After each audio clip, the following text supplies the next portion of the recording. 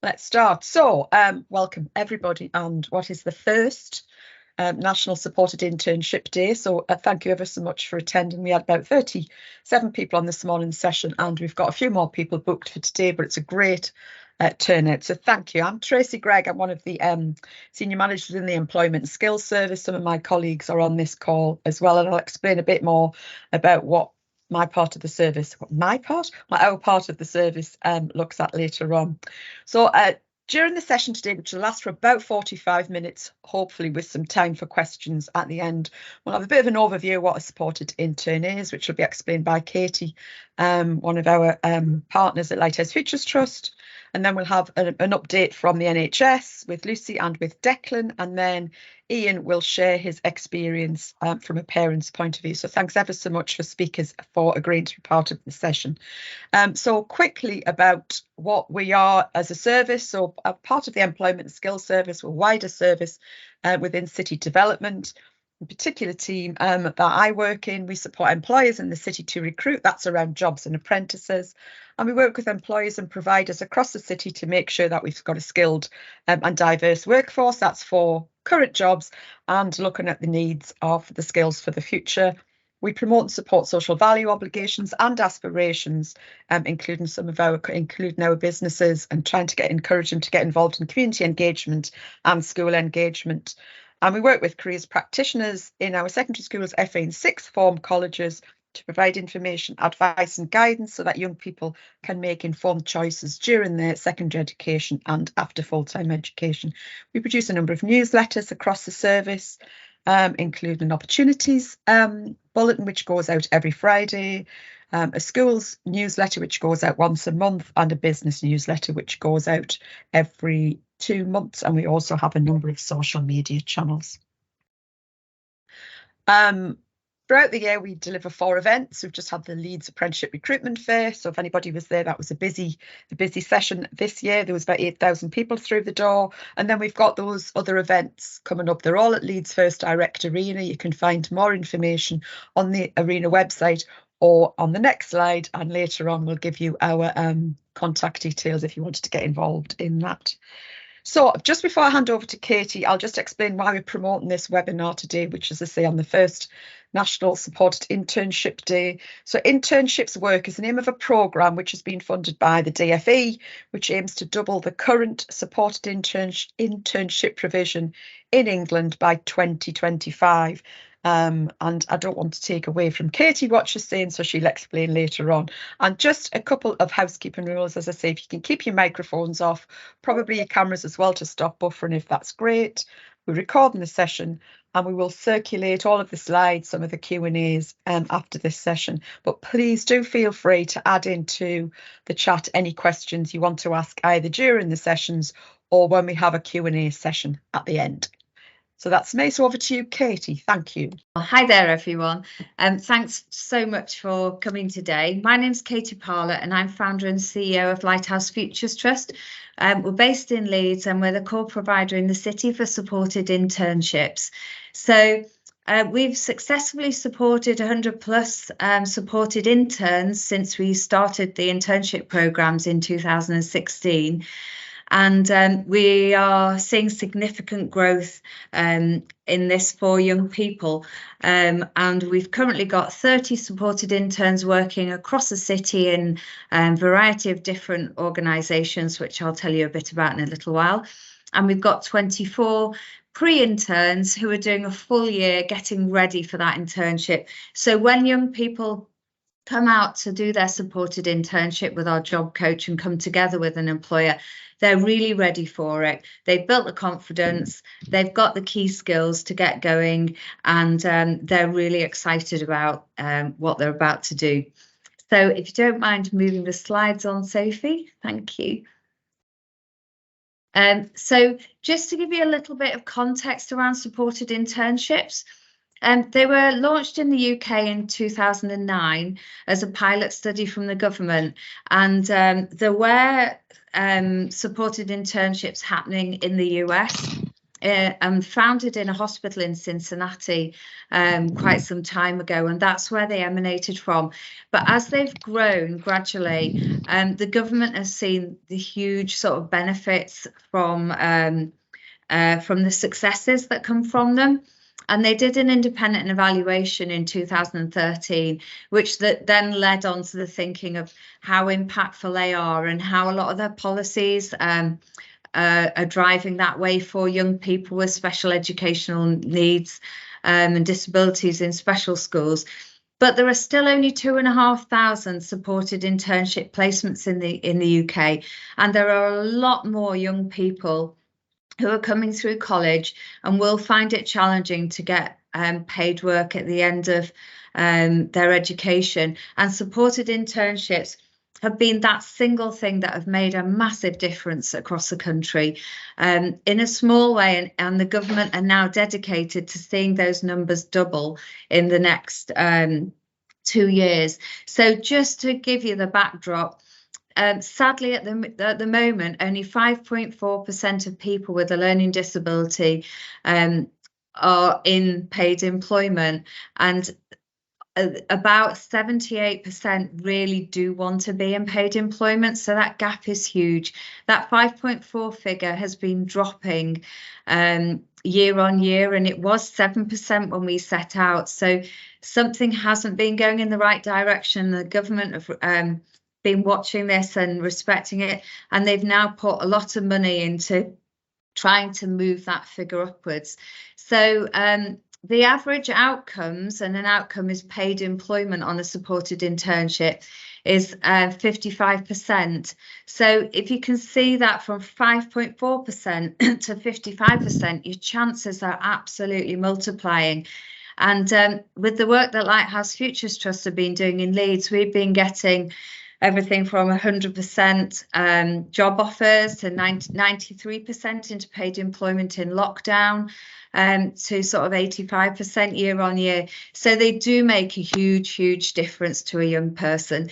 And that's partly to do with the partnership with employers.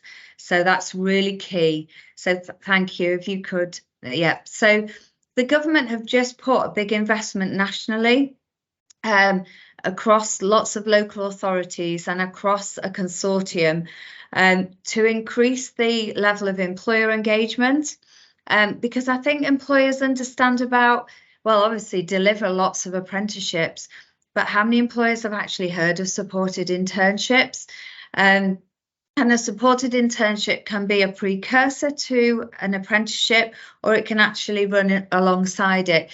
But if they don't know about it, it's really hard for them to access it. Also, the government's hoping to see a big increase in the amount of job coaches. So it's not a standardised job at the moment. If you advertise, you don't attract existing job coaches. So training is really important, and consistent and high quality training is really key. And also the government have launched they've launched a quality framework and also government guidelines for how to run a supported internship. The quality framework has been in pilot, and it's being launched at the end of this month, so that organisations that are delivering supported internships can be peer reviewed and have to reach a certain quality, because an employer needs to know that when they're engaging with a really high standard. So we're looking to double the amount of supported internships, and I think these programs are definitely going to do that. So what is a supported internship? It's a funded study program for young people with special educational needs and disabilities if they're 16 to 24 years old. So they have to have something that's called an education, health and care plan, which means they've met a threshold to get support and help in education. The EHCP will qualify them for that extra support and give them an access and gateway to a supported internship. And the young people that tend to go on to the supported internships generally have mild and moderate support needs. And a supported internship does help develop much more than just employability skills. So it helps young people develop lots of different skills for later in life: independence, confidence. I'll talk about those in a little while, but the aims of it are to move people into sustainable paid employment, and as we see it, into a job of their choice, something that's really going to engage them and they really enjoy doing. Thanks, Sophie. So the model, it's quite simply 3 key providers. So employers are absolutely vital. And if an employer has got diversity and inclusion right at the heart of what they do, then it's definitely going to be for you. Funding comes from education, the ESFA and the Department for Education, and that's key because the young people that come on board from an education provider need to have that funding that funds a job coach. So a job coach will come along with a young person onto that supported internship, and the job coach will be there for the entire duration of the programme, which is really important, that an employer feels that there's more support than themselves, that there's expert help that works alongside them and the young person. So in terms of, thanks Sophie, thank you, just in terms of how do we recruit the interns and how are they kind of matched to the organisations? So first of all, the interns will come along with their family and carers, and they'll have a meeting. And the most important thing to us is, does that young person really, really want to work? There has to be a need and a desire to work. And the answer is 99% of the time, yes, they desperately want to work. They then liaise with the local authority regarding their next steps, and it's written into their education, health and care plan that they can access a supported internship through an education provider. They then enrol, and they might join a college like ourselves for a year or two before they go on to the supported internship, but their supported internship will be their final year in education. But before they're actually matched with an employer, we'll do lots of vocational profiling.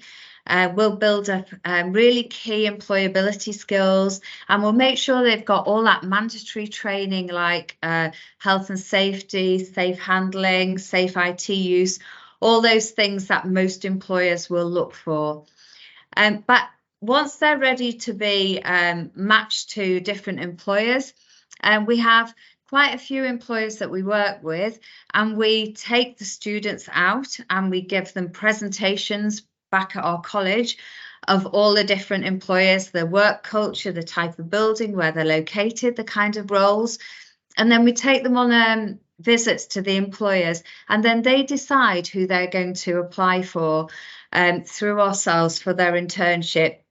And they may choose like 2 or 3 employers and go on their work inspiration days. And then they feed back to us what they prefer, and they have a plan A and a plan B. And then they'll go through to a really sort of informal interview. They're not ready for really sort of stressful interviews at this stage, but just 2 or 3 key questions with the employer, with a job coach to support them, and that can be face-to-face, or it can be online, whichever they prefer, but generally they're preferred to be face-to-face. So that whole process makes sure that we're matching the right young people to the right organisation and to the right roles. So if we could just move on. Thanks, Sophie. So just a quick background. Thank you. Thank you. Just a quick background on the other skills that we're building up back at the college. Definitely the employability, but health and well-being.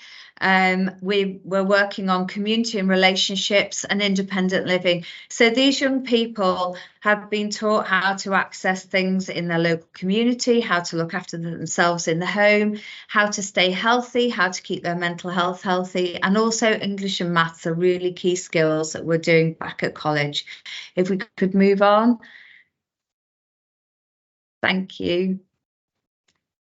So from an employer's journey, when we first start a conversation with you, and hopefully some might have some discussions after today, we'd have an initial meeting with you. We'll present at board level. The higher up we can go in an organisation, the better, to have complete company buy-in.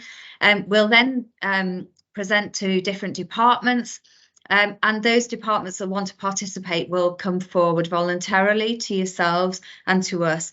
We'll train all your staff in how to build disability confidence, how to work with autistic young people and learning disability. And we'll also talk to you about safeguarding. We'll give you all that training to make you feel as confident as you can. We don't take it for granted that people can just do this.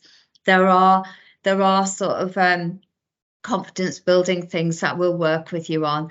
And then to make sure that we get the right job for the right young person, we'll talk to a department and we'll find out what happens from person to person. And we might take a little piece of work from that person and a task from another, and we build up a job description that's right for the young person that's going to come on board. And so it might be a combination of different people's tasks. And we start with 2 or 3 key tasks and then build the complexity and build the amount of tasks as the year goes on. So they start in September and finish in July. So in terms of the intern, how do they decide which one they want to go forward for? Our employers do work inspiration days, which are setting up little tasks for all the roles that they might have on offer, where the young people can try the tasks 5 or 10 minutes and be observed by the employer and ourselves. And then they meet and discuss which ones they want to go forward for. And at that point, we take the families and carers on a tour with the young people so that everybody knows where they're going to be based for the year. And then we'll do those interviews with the interns. And like I said, really straightforward, quick interviews. But it's really important that the young person feels that they've actually earned that role and it is their job. So moving on. Thank you, Sophie. All we're needing, we don't need any funds from an employer. What we are asking for is, can you provide us a space, a small base room, and it maybe just for the start of day or end of day if you can't give over that room all day. Some employers give free lunches, some don't. It's fine either way. And sometimes stationary resources and laptops if they're specific to your own organisation. And we'll have worked with you to create the role. We'll work with you to train up buddies in the department, so that if the intern's got specific questions and the job coach is with another intern, you've got somebody who can give quite a quick answer and a quick response. And we'd ask for any standard training that you do to deliver again to the intern. So that's all you need to do. There's a bit of setup time and we'll work with you throughout the year. We'll do appraisals, we'll do reviews, but our job coach is really experienced and they'll work with you throughout the year. Thank you. And here's just some of the different sectors that we're working in, and absolutely no bounds. We've got students who've now got successful jobs in tribology labs, in all sorts of places that I would have never thought that, you know, let's try and find a role for somebody in this particular job. So no matter what your company does, the talents are really diverse of the young people. So don't preclude anything. And the green economy is quite a nice up and coming one as well for us. So thank you, Sophie. Just a little snapshot of some of the providers that we've been working with. Yorkshire Water were our first organisation that we started with in 2016, and this year we're working with NHS as well, and a company called SBS and Michael Page Recruitment, and quite a few coming on board for next year and hopefully more too. So just to round off, these are the typical kind of roles that some of the people have gone into. So as you can see, a huge variety of roles: warehousing to data analysts, customer support assistants, cafe assistants, trading operatives. We've had quite a few go into labs as well, IT technicians, across the board, you know, any organisation in any role, there's possibly a match for a young person. And then finally, just to round off my bit, the benefits of the interns is unbelievable. You will hear this because we've got the benefit of having a family member speaking in a little while, but it is transformational for a young person's life, utterly transformational. They're accessing a genuine role. It's not work experience, and they're getting to do it from, for 9 months. So it's a great time to really embed and build that confidence. They're building all the independent skills around it. Their skills are really fully transferable into lots of other roles. So if they don't get paid work in the host company, there are plenty of other organisations which will take that young person in because they've got that track record. The huge increase in self-belief and high aspirations is unbelievable. And you'll see that yourself if you work with the young people. Within 2 or 3 months, they are different. They become hugely invaluable employees. They are rarely off sick. They tend to turn up before time. They work their day, very structured and very, very loyal. Social skills and communication develop over time, and they develop their own hidden talents that they didn't know they had themselves. So you'll be opening up choices for lots of different careers for young people who really, really can make a difference in your organisation. So that's enough from me right now, but happy to answer questions at the end. And over to you, Tracy. Thank you. Hi, thank you. Now we're going to hear from Lucy and from Declan from the NHS. Just to introduce myself, I'm Lucy. I work for Leeds Teaching Hospital Trust. My role is as apprenticeship and employability coordinator. So my role with supported internships is to be the link and the key contact between the education partner, which in our case is Lighthouse Futures, and those interns that are working in our trust, and to ensure that everything official is done that should be done to be able to get people into the trust. We've got Karen and Declan who are also here. You're going to hear from Declan shortly. Declan's one of our interns currently, and I've had the good fortune this morning to be sat and had coffee and cakes with all the other interns. So I've heard lots about how they're getting on from themselves and from their managers this morning. So it's all fresh in my mind. So what we thought would be helpful was just to tell you a little bit about our experience of supported internships currently, our process and what the commitment is that's asked for as of an employer. A lot Katie has mentioned, but just to hear it from me as to what work it creates for yourself as if you're considering doing it. We started our supported internship programme using the project search model last year, and we had 5 interns working with us for last year, and this year we've got seven interns working, and we have the good fortune to be working alongside Lighthouse Futures Trust, who, I will be quite honest, do the majority of the work. From Leeds Teaching Hospital's point of view, we've struck lucky. Other than the fact that Katie makes me get involved in things like this and talk in front of hundreds of people without telling me that it's going to be hundreds of people, Lighthouse Futures do a lot of the work. So to start with our process, as Katie described, it starts with a series of meetings, phone calls on my part, where I'm contacting departments around the trust and asking them if they've got any suitable job roles for interns.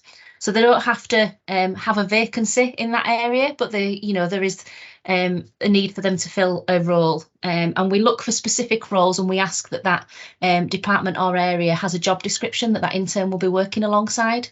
So that, as you'll all know, if you've ever applied for a job in the NHS, job descriptions are not the easiest to understand, and often people will rule themselves out of jobs just by reading that person's specification at the end.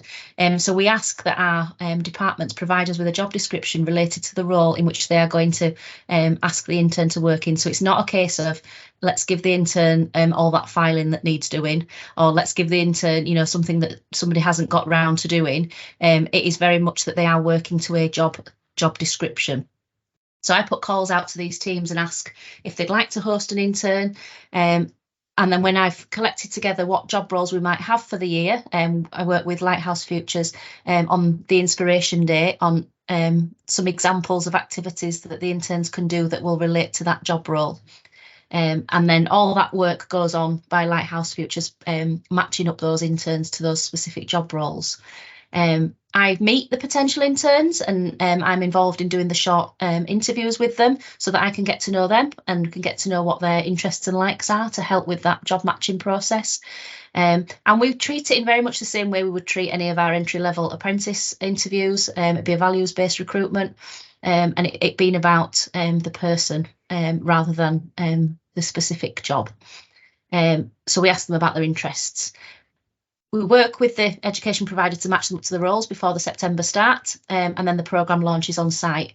I'm then responsible for just making sure that all the safety is put into place, that they've had the corporate induction, that they've been DBS checked, that occupational health clearance has come through, that everything is in place in the departments risk assessment wise to be able to host a young person. And so that's where my role is, while the job coaches from Lighthouse are working with the interns to get them ready to go into work. They'll then work with them for a period of time, doing drop-in sessions into that department before they're fully working in the department. So each intern has a work-based buddy, so we ask that the departments allocate somebody who is a mentor. That might be the manager, it might be just somebody that is also working in that role and that can support that intern. So we ask them to work alongside them or show them the ropes initially. The job coaches are there to learn the job as well, and they support the intern with that. So it's not creating any extra work for anybody. It's all about the intern adding value to the team as well. And we also, as an employer, are responsible for providing that base room. So there needs to be somewhere where the interns can come to at the beginning and the end of the day, and throughout the day if necessary. And that's where they do their work from. So I would sort all that.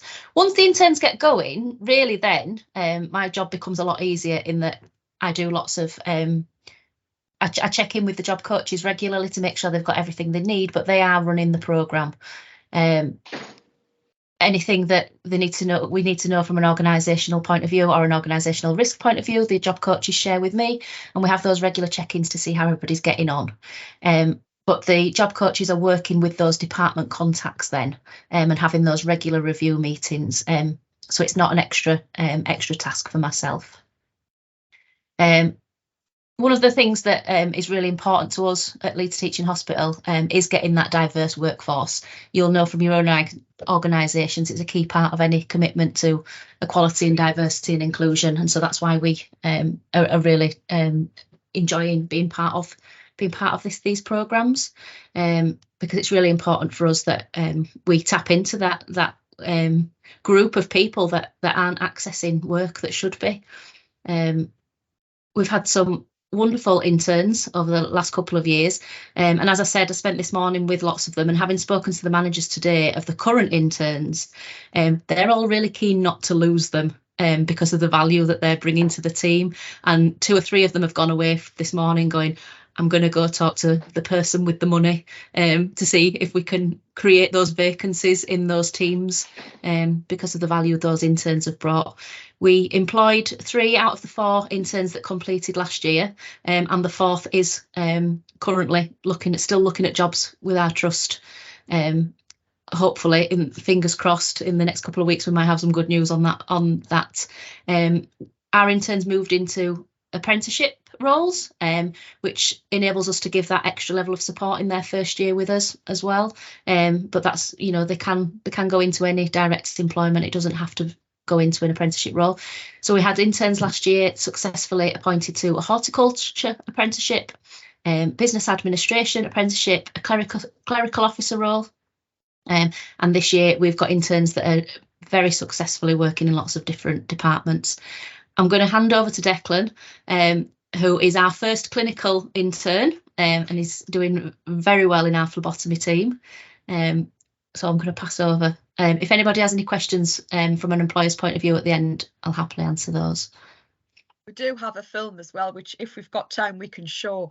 Yeah, you're the superstar of that, Declan, but some people might have to look away at some of that. But we can show that at the end if we've got the time also. And that has been created by one of our interns, Mel, who pretty much should work for the comms team, I think.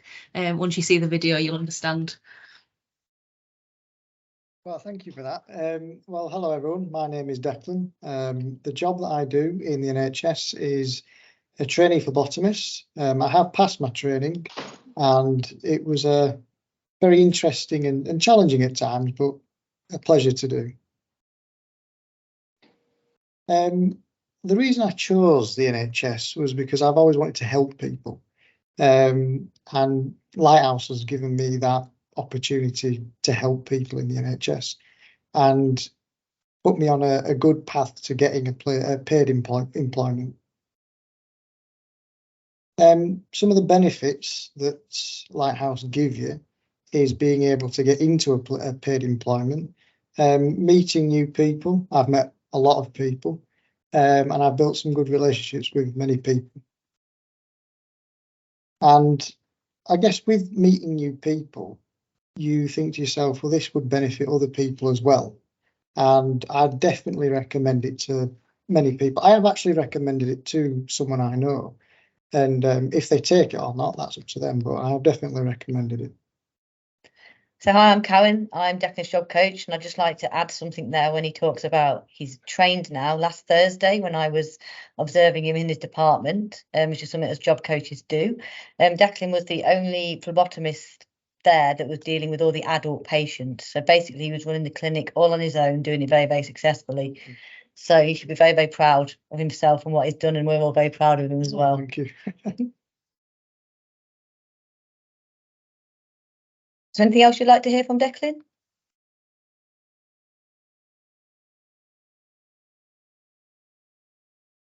Does anybody have any questions? Don't be shy. Anybody can ask any questions. I'm sure you'll be fine, Declan.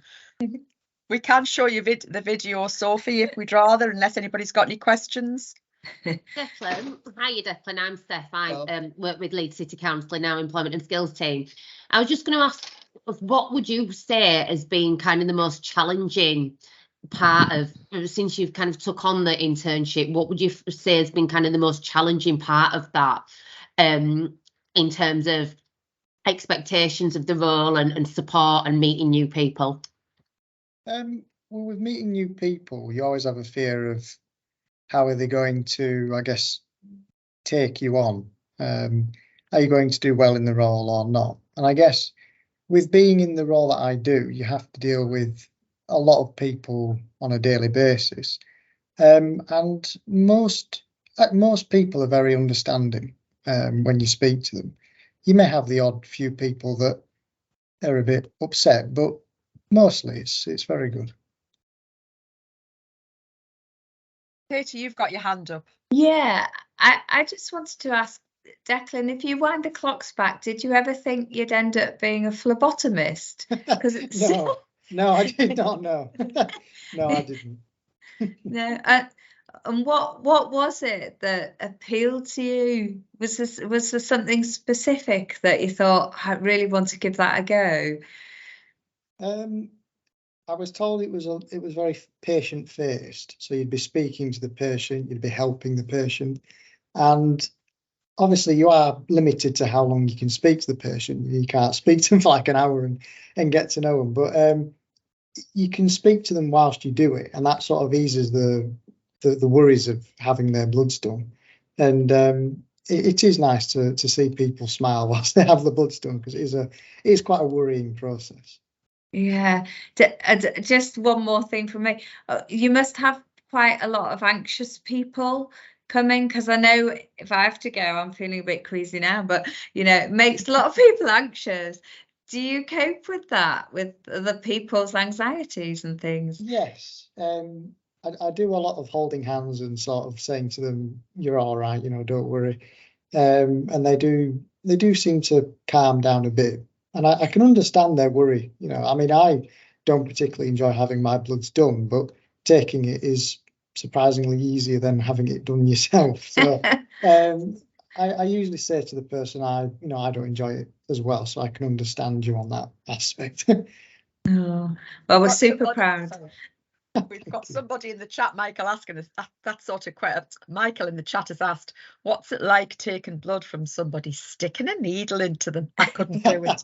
I heard you on the video going sharp scratch, which we all know is nonsense, because it's not a sharp scratch at all, is it? No, it's not. No, there should be a better wording for that. But I think when you actually put the needle in and you see the flashback and you can see the blood filling the tube, there's a sigh of relief. Yes, I mean you can't show it, but you have it internally. And if you don't get the blood, it's not the end of the world. You can just go again, or you have to.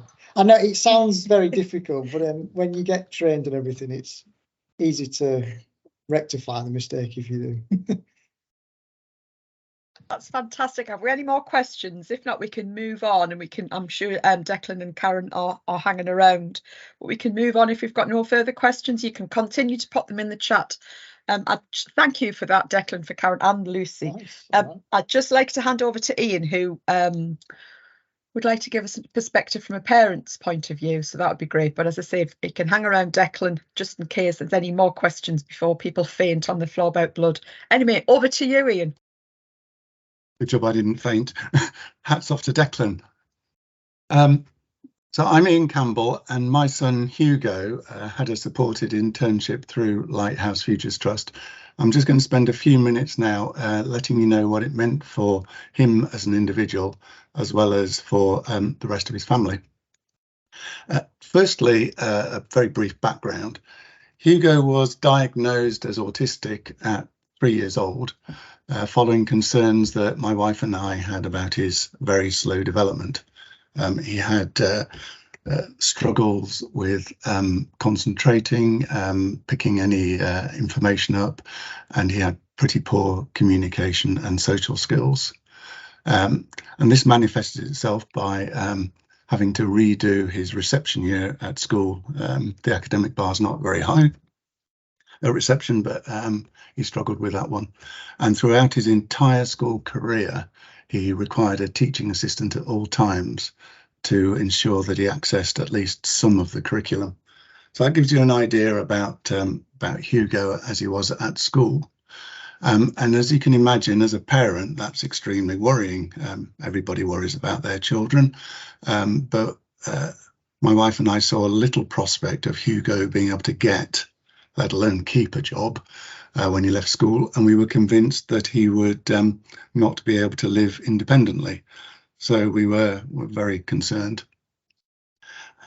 When Hugo left school, he went to Lighthouse Futures Trust for a supported internship, and as described by others, there was conversations about what he might like to do, and he ended up doing an internship at Yorkshire Water in the HR department, doing work that would hopefully help him become ready for employment.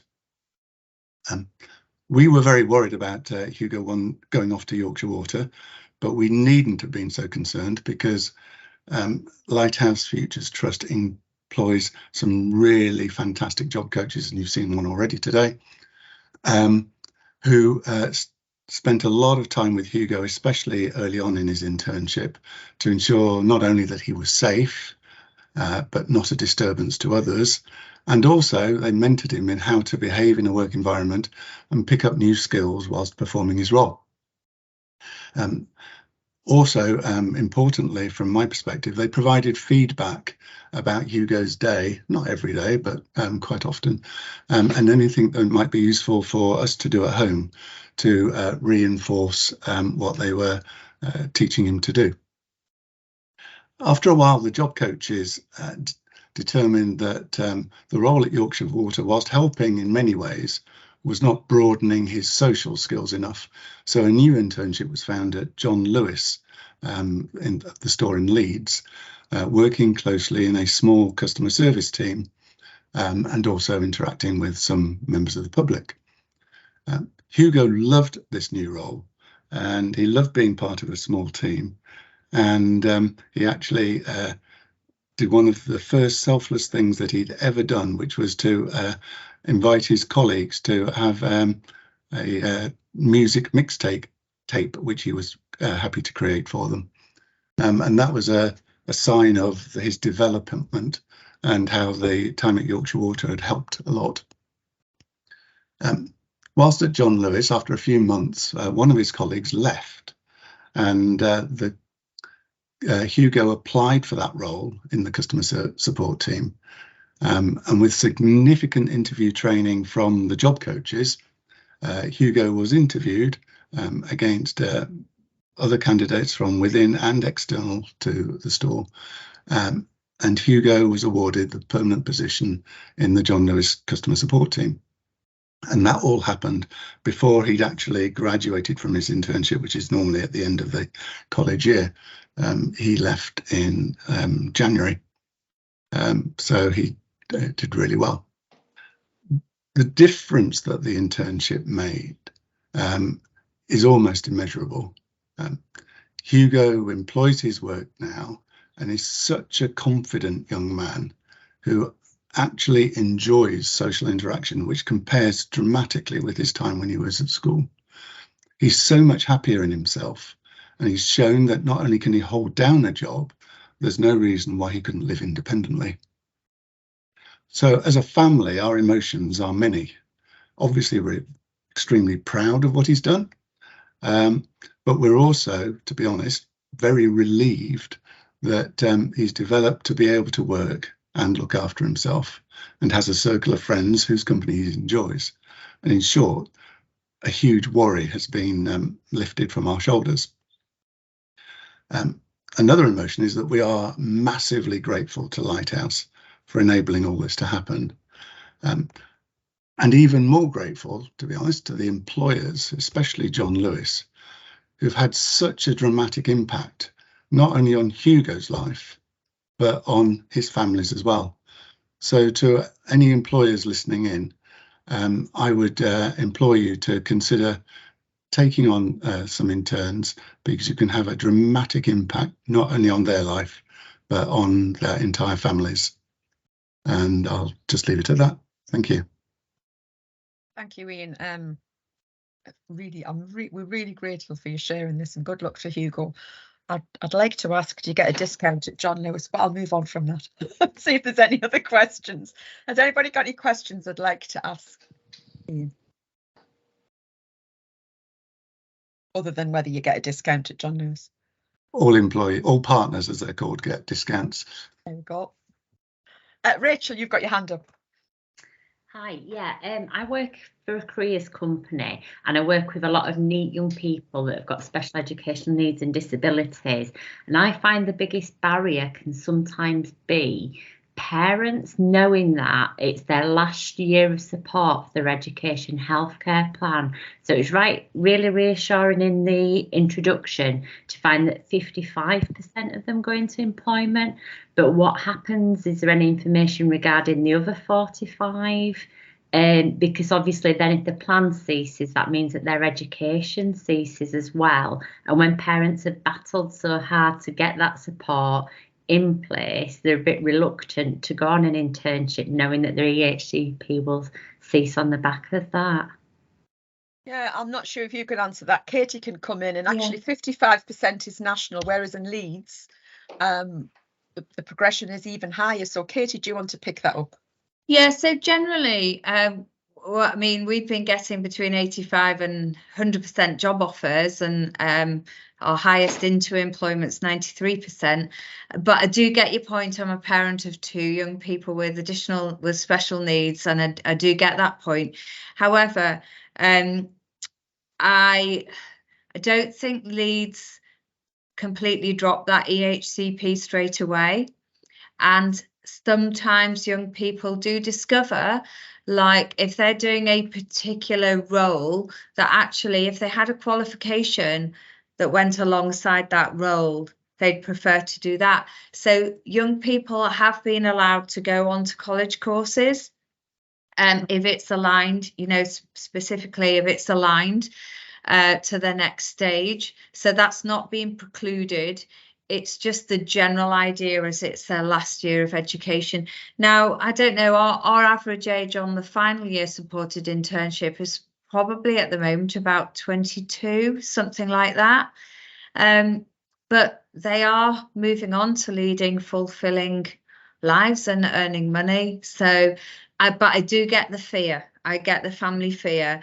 And I think once our families go on that journey, that fear dissipates when they see the young person starting to make sort of big gains and big successes.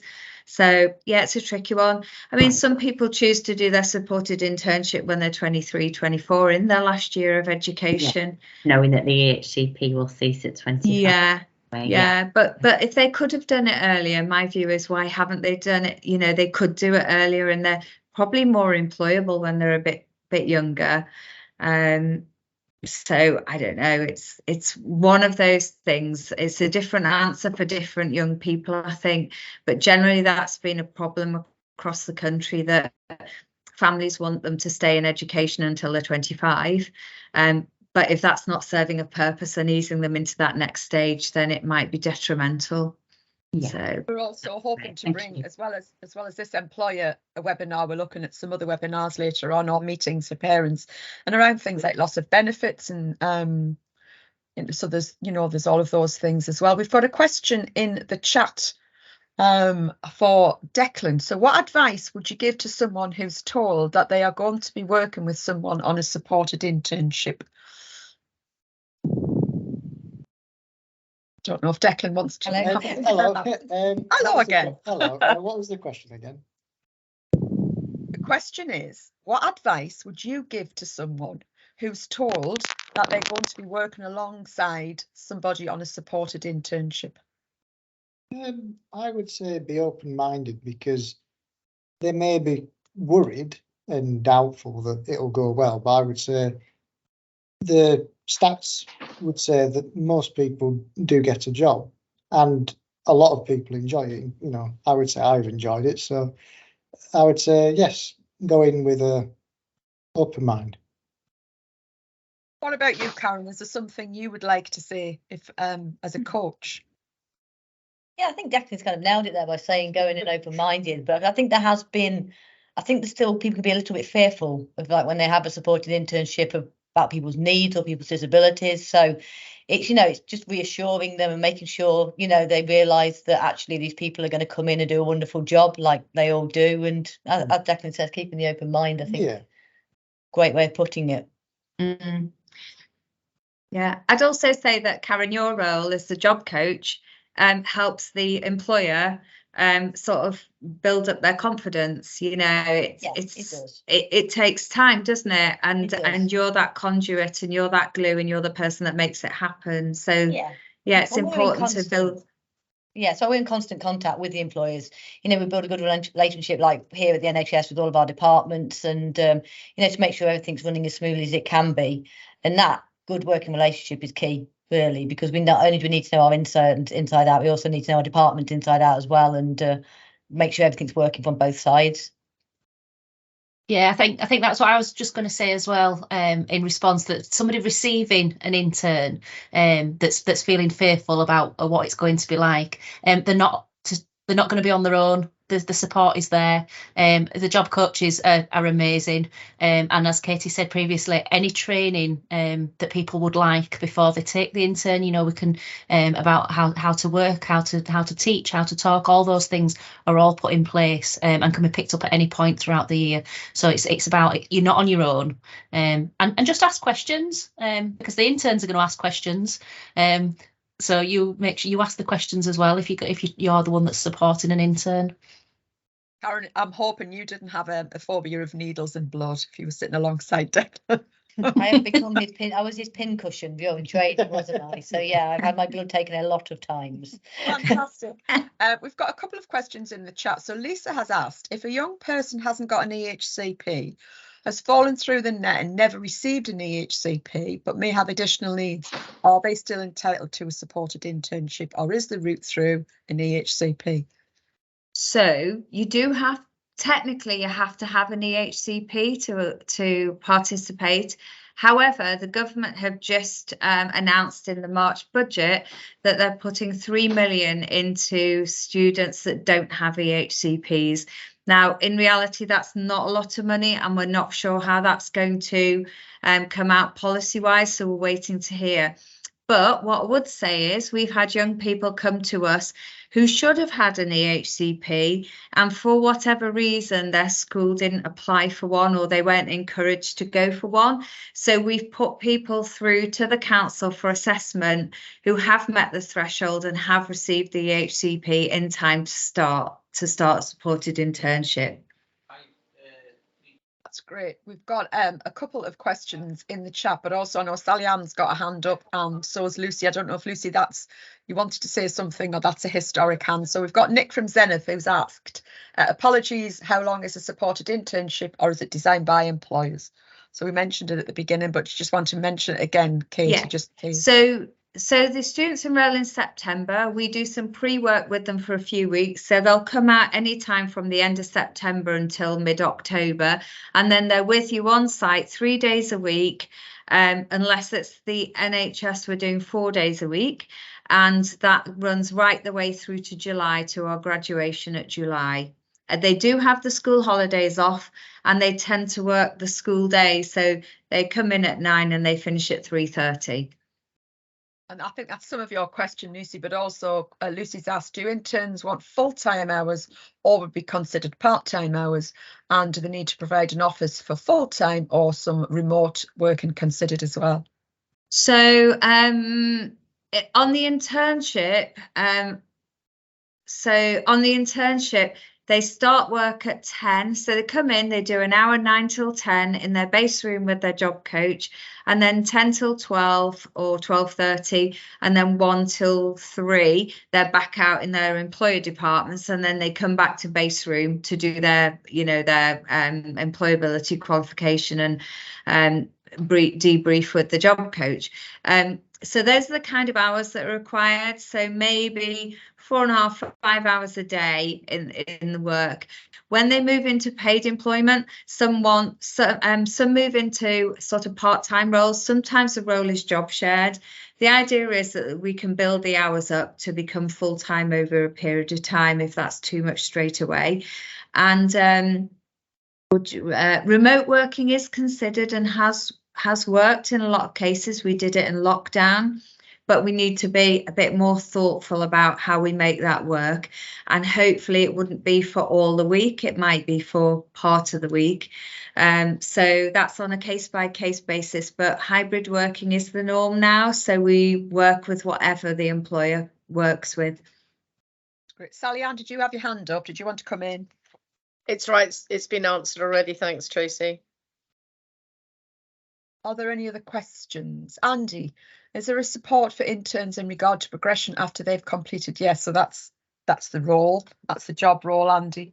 After they've completed the supported internship, there's an expectation that the internship will lead to paid employment as opposed to work experience placement. I think I've answered that right, have I? Yeah, there is support. So we've got something called talent recruitment, which eases young people into paid employment.